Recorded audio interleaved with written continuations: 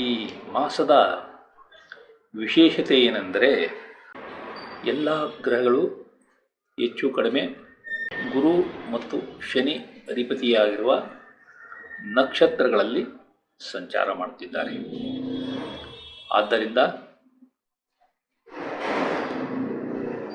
ಗುರುದಶೆ ಅಥವಾ ಶನಿದಶೆ ಮತ್ತು ಗುರುವಿನ ನಕ್ಷತ್ರಗಳಾದ ಪುನರ್ವಸು, ವಿಶಾಖ ಮತ್ತು ಪೂರ್ವಭಾದ್ರ ನಕ್ಷತ್ರಗಳಲ್ಲಿ ಜನಿಸಿದವರು ಹಾಗೂ ಶನಿಯ ನಕ್ಷತ್ರಗಳಾದ ಪುಷ್ಯ, ಅನುರಾಧ ಮತ್ತು ಉತ್ತರಾಭಾದ್ರ ನಕ್ಷತ್ರಗಳಲ್ಲಿ ಜನಿಸಿದವರು ಸ್ವಲ್ಪ ಜಾಗ್ರತೆ ವಹಿಸಿ.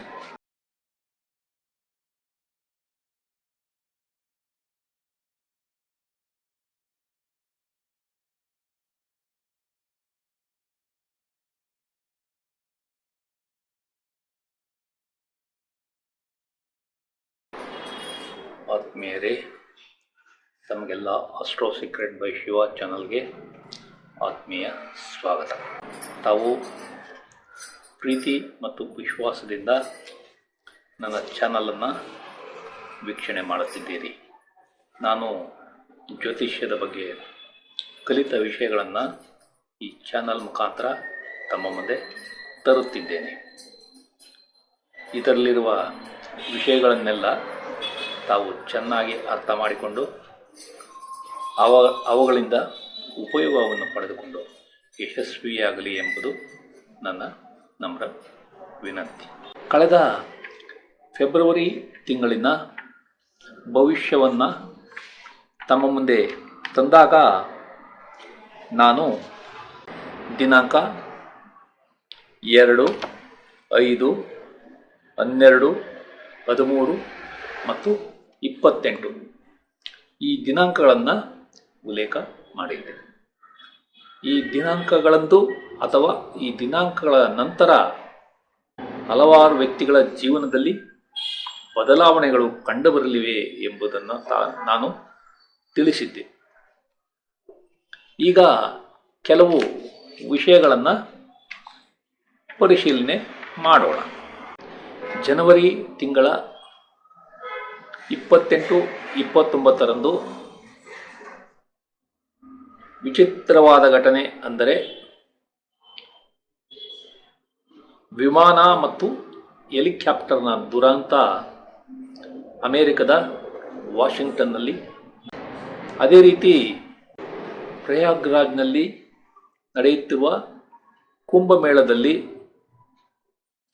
ಕಾಲ್ತುಳಿತ ಉಂಟಾಗಿ 30ಕ್ಕೂ ಹೆಚ್ಚು ಜನ ಸಾವಿಗೀಡಾಗಿರುವುದು. ಇದು ದೊಡ್ಡ ದುರಂತವೇ ಸರಿ.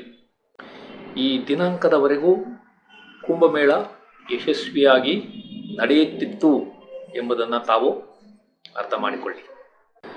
ಅದೇ ರೀತಿ ಫೆಬ್ರವರಿ ತಿಂಗಳ 2ನೇ ತಾರೀಕು ಈ ದಿನಾಂಕದ ಬಗ್ಗೆ ಸ್ವಲ್ಪ ತಿಳಿದುಕೊಳ್ಳೋಣ. ಈ ದಿನಾಂಕದಂದು ಅಂಡರ್ 19 ವುಮನ್ಸ್ ಮಹಿಳೆಯರ ವಿಶ್ವಕಪ್ ಕ್ರಿಕೆಟ್ ಪಂದ್ಯದಲ್ಲಿ ಭಾರತ ಜಯಶಾಲಿಯಾಗಿದೆ. ಇದು ಭಾರತಕ್ಕೆ ಬಹಳ ಒಳ್ಳೆಯ ವಿಷಯ. ಅದೇ ರೀತಿ ಅಭಿಷೇಕ್ ಶರ್ಮಾ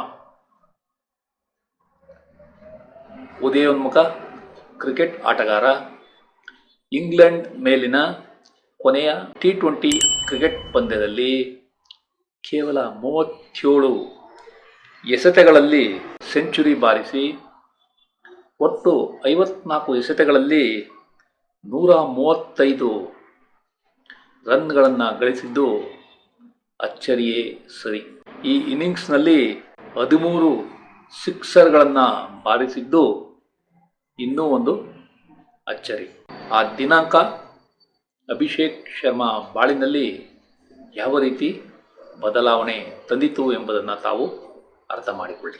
ರೇಖಾ ಗುಪ್ತಾ ರವರು ಮೊದಲನೆಯ ಸಲ ದೆಹಲಿ ವಿಧಾನಸಭಾ ಎಲೆಕ್ಷನ್ನಲ್ಲಿ ಜಯಗಳಿಸಿ ಈಗ ದೆಹಲಿಯ ಮುಖ್ಯಮಂತ್ರಿಯಾಗಿ ಅಧಿಕಾರ ಸ್ವೀಕರಿಸಿರುವುದು. ಇದು ಸಹ ವ್ಯಕ್ತಿಗಳ ಜೀವನದಲ್ಲಿ ಯಾವ ರೀತಿ ಬದಲಾವಣೆ ತರುತ್ತದೆ ಎಂಬುದನ್ನು ತಮಗೆ ತೋರಿಸುತ್ತದೆ. ಈಗ ಸ್ಟಾಕ್ ಮಾರ್ಕೆಟ್ಗೆ ಬಂದರೆ ಫೆಬ್ರವರಿ ತಿಂಗಳ ದಿನಾಂಕ 5 ಅತಿ ಮುಖ್ಯ ದಿನಾಂಕವಾಗುತ್ತದೆ.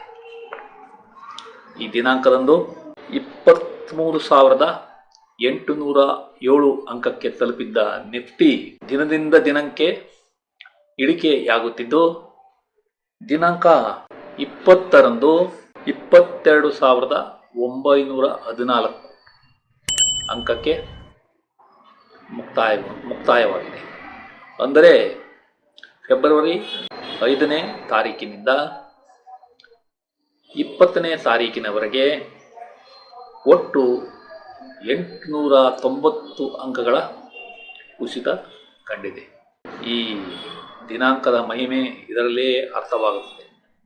ಮುಂದೆ ಫೆಬ್ರವರಿ ಮಾಸದ 28ನೇ ದಿನಾಂಕ ಕಾಯ್ದು ನೋಡೋಣ. ಈ ದಿನಾಂಕವನ್ನು ಸಹ ನಾನು ಉಲ್ಲೇಖ ಮಾಡಿದ್ದೇನೆ. ತಾವು ಕಳೆದ ಮಾಸದ ವಿಡಿಯೋಗಳಲ್ಲಿ ಇದನ್ನು ಪರಿಶೀಲಿಸಬಹುದು. ಈಗ ಮಾರ್ಚ್ ತಿಂಗಳ 2025ರ ಭವಿಷ್ಯವನ್ನು ತಿಳಿದುಕೊಳ್ಳೋಣ.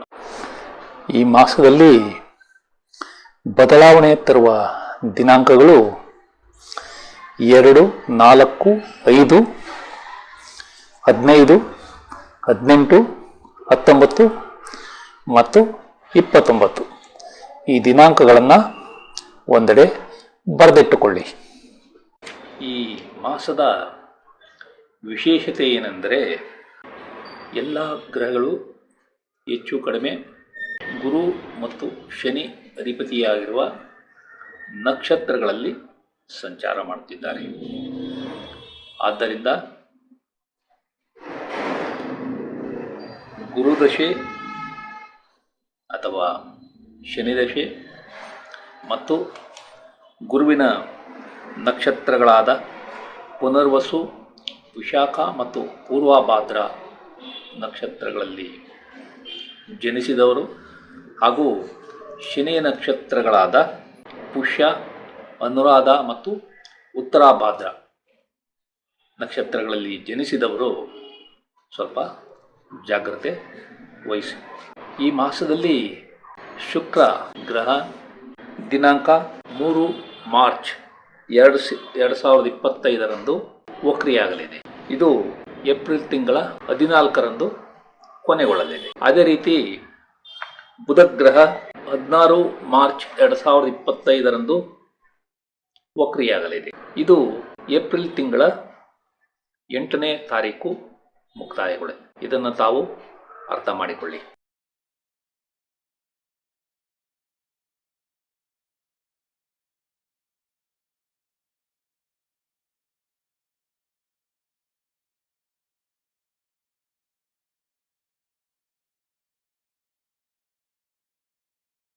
ನಿಮ್ಮ ಸಾರ್ವಜನಿಕ ಗೌರವ ಮತ್ತು ಖ್ಯಾತಿ ಚೆನ್ನಾಗಿರಲಿದೆ. ನೀವು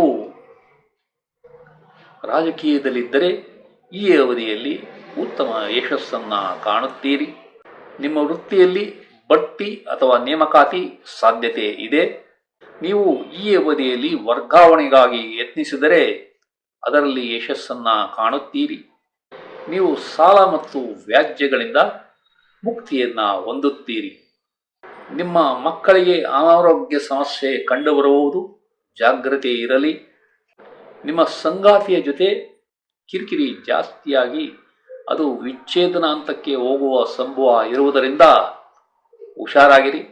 ನೀವು ಸಿನಿಮಾ ಅಥವಾ ಧಾರಾವಾಹಿಗಳಲ್ಲಿ ಕೆಲಸ ಮಾಡುತ್ತಿದ್ದರೆ ಮತ್ತು ಕ್ರೀಡಾಪಟುವಾಗಿದ್ದರೆ ಈ ಅವಧಿಯಲ್ಲಿ ಯಶಸ್ಸು ಕಡಿಮೆ ಇರಲಿದೆ.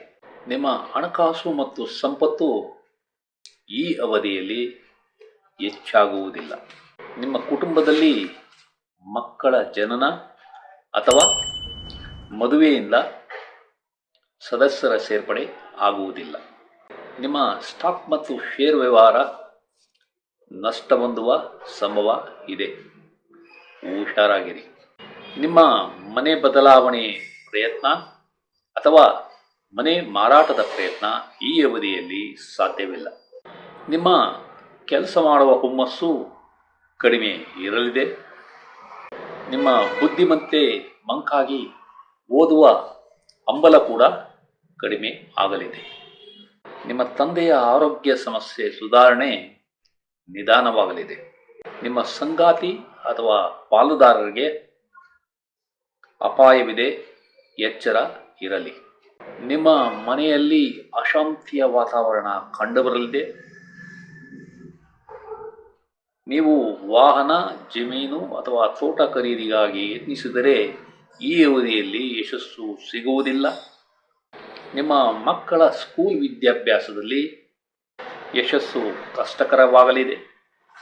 ನೀವು ಈ ಅವಧಿಯಲ್ಲಿ ಅಗ್ರಿಮೆಂಟ್ಗಳ ಸಹಿಯನ್ನು ಮಾಡಲು ಸಾಧ್ಯವಿಲ್ಲ. ನೀವು ಆಸ್ತಿ ವಿಭಜನೆ ಮಾಡಬೇಕೆಂದಿದ್ದರೆ ಈ ಅವಧಿಯಲ್ಲಿ ಅದು ಸಾಧ್ಯವಿಲ್ಲ. ನಿಮಗೆ ಕೋರ್ಟ್ ಕೇಸ್ಗಳು ಮತ್ತು ಬೇಡದ ಸಾಲಗಳು ಅಂಟಿಕೊಳ್ಳುವ ಸಂಭವ ಇದೆ. ನೀವು ರಿಯಲ್ ಎಸ್ಟೇಟ್ ವ್ಯವಹಾರ ಮಾಡುತ್ತಿದ್ದರೆ ಈ ಅವಧಿಯಲ್ಲಿ ಯಶಸ್ಸು ಕಡಿಮೆ ಇರಲಿದೆ. ನೀವು ಕೃಷಿಕರಾಗಿದ್ದರೆ ನಿಮಗೆ ಲಾಭ ಕಡಿಮೆ ಸಿಗಲಿದೆ. ನಿಮ್ಮ ಸಂಶೋಧನೆ ಮತ್ತು ಆವಿಷ್ಕಾರಗಳು ನಿಧಾನವಾಗಿ ಯಶಸ್ಸು ಕಾಣುತ್ತವೆ. ನೀವು ಈ ಅವಧಿಯಲ್ಲಿ ಧರ್ಮ ಕಾರ್ಯ ಮಾಡಬೇಕೆಂದಿದ್ದರೂ ಅದು ಸಾಧ್ಯವಿಲ್ಲ. ನೀವು ಈ ಅವಧಿಯಲ್ಲಿ ಪ್ರೀತಿಸಿ ಮದುವೆಗಾಗಿ ಯತ್ನಿಸಿದರೆ ಅದು ಸಾಧ್ಯವಿಲ್ಲ. ನಿಮ್ಮ ಹಡಗು ಅಥವಾ ವಿಮಾನದ ದೂರ ಪ್ರಯಾಣ ಕಿರಿಕಿರಿಯಿಂದ ಕೂಡಿರುತ್ತವೆ. ನಿಮ್ಮ ಪುಸ್ತಕ ಪ್ರಕಟಣೆ ನಿಧಾನವಾಗಬಹುದು. ನೀವು ಯಾವುದಾದರೊಂದು ಕಾಯಿಲೆಯಿಂದ ಬಳಲುತ್ತಿದ್ದರೆ ಅದರಿಂದ ಹೊರಬರುವುದು ನಿಧಾನವಾಗಲಿದೆ. ನಿಮ್ಮ ಉನ್ನತ ವ್ಯಾಸಂಗದ ಯಶಸ್ಸು ನಿಧಾನವಾಗಲಿದೆ. ನೀವು ಕೆಲಸದಲ್ಲಿ ಬದಲಾವಣೆಗಾಗಿ ಯತ್ನಿಸಿದರೆ ಅದು ಈ ಅವಧಿಯಲ್ಲಿ ಸಾಧ್ಯವಿಲ್ಲ. ನಿಮ್ಮ ದೇವತಾರಾಧನೆ ಮತ್ತು ತೀರ್ಥಯಾತ್ರೆಗಳು ಕಿರಿಕಿರಿಯಿಂದ ಕೂಡಿರುತ್ತವೆ. ನಿಮ್ಮ ಸ್ಟಾಕ್ ಮತ್ತು ಷೇರು ವ್ಯವಹಾರಗಳಲ್ಲಿ ಯಶಸ್ಸು ನಿಧಾನವಾಗಲಿದೆ. ಈ ವಿಡಿಯೋವನ್ನು ಕೊನೆಯವರೆಗೂ ನೋಡಿದ ತಮಗೆಲ್ಲ ವಂದನೆಗಳು. ಈ ವಿಡಿಯೋದಲ್ಲಿರುವ ವಿಷಯಗಳು ತಮಗೆ ಇಷ್ಟವಾದರೆ ಈ ವಿಡಿಯೋವನ್ನು ತಮ್ಮ ಬಂಧು ಮಿತ್ರರಿಗೆಲ್ಲ ಶೇರ್ ಮಾಡಿ, ಅವರೂ ಸಹ ಈ ಚಾನಲ್ಗೆ ಸಬ್ಸ್ಕ್ರೈಬ್ ಆಗುವಂತೆ ಮಾಡಿ ಎಂದು ಕೋರುತ್ತಿದ್ದೇನೆ. ವಂದನೆಗಳು.